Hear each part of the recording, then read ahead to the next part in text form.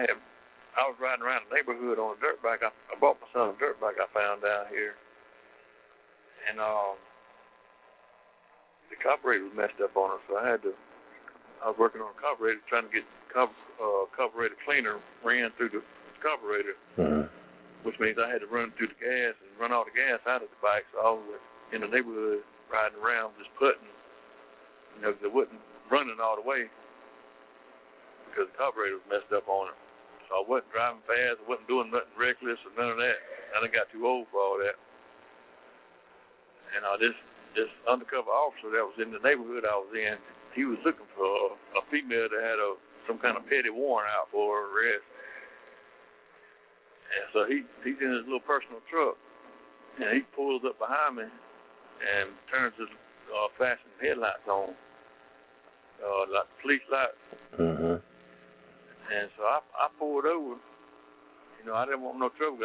I'm still on probation from Georgia. From that incident, that last incident I got caught years ago. So I didn't want no trouble. So I pulled over. The man gets out of his truck,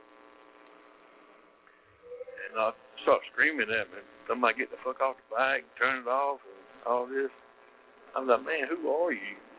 He didn't have on no badge. He didn't have on a gun, no vest. Nothing indicating he was a police officer. So in my mind, he's impersonating the police officer trying to rob me or take my bike or something. I'm down here and don't know nobody. So I just mashed the gas on him. I left. I didn't turn it off. I left and ran on him. Got back to the house. Okay, so you split on this. You take off running on foot, right? I was on the dirt bike. Okay, so you took off on the dirt bike and then you headed back to your partner's house? Yes, sir. I went back to his house. I was like, man, I was sitting there brainstorming. I said, man, I didn't want no trouble. And I told him right then. I said, I'm going to go back out and find this guy and try to fix things. Find out what's really going on. So I jumped back on the dirt bike and went back out there in the neighborhood and found him sitting at the stop sign. And he was sitting there on the telephone, so I pulled up on his driver's side door where he couldn't get out. And I turned my bike off in. I was like, talk to me, man. I said, what did I do wrong?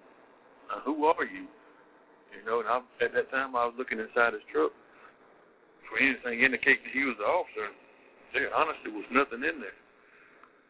I didn't see no vest hanging up, or there wasn't no police badges nowhere.